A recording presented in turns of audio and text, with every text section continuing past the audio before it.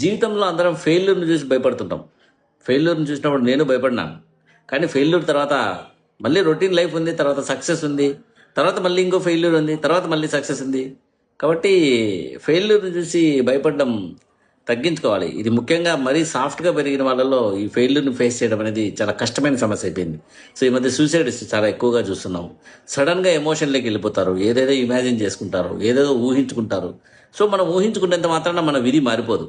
మనం ఊహించుకున్నంత మాత్రాన పెద్ద పెద్ద అనర్థాలు ఏమీ జరిగిపోవు.